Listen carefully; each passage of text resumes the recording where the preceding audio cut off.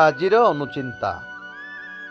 ବୟସରେ କିଏ ବଡ଼ ହୋଇପାରେ, କିଏ ସାନ ହୋଇପାରେ, କିନ୍ତୁ ପ୍ରକୃତରେ ବଡ଼ ସେହି ହୋଇଥାଏ ଯାହା ହୃଦୟରେ ସମସ୍ତଙ୍କ ପାଇଁ ପ୍ରେମ, ସ୍ନେହ ଓ ସମ୍ମାନର ଭାବନା ରହିଥାଏ।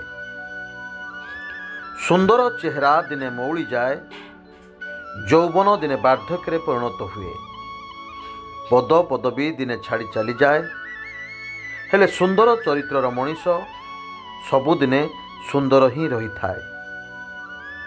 କର୍ମ ଯେମିତି ହେଉନା କାହିଁକି, ଯେତେ ଯାଏଁ ତୁମେ କର୍ମର ସମ୍ମାନ କରିନାହଁ ସେତେବେଳ ଯାଏ ଜୀବନରେ ସଫଳତା ପାଇବ ନାହିଁ।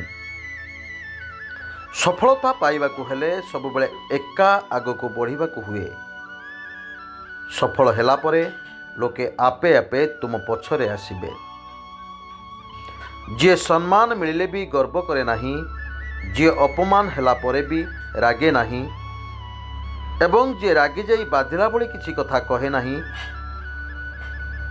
ବାସ୍ତବରେ ସେ ହିଁ ମହାନ ହୋଇଯାଏ।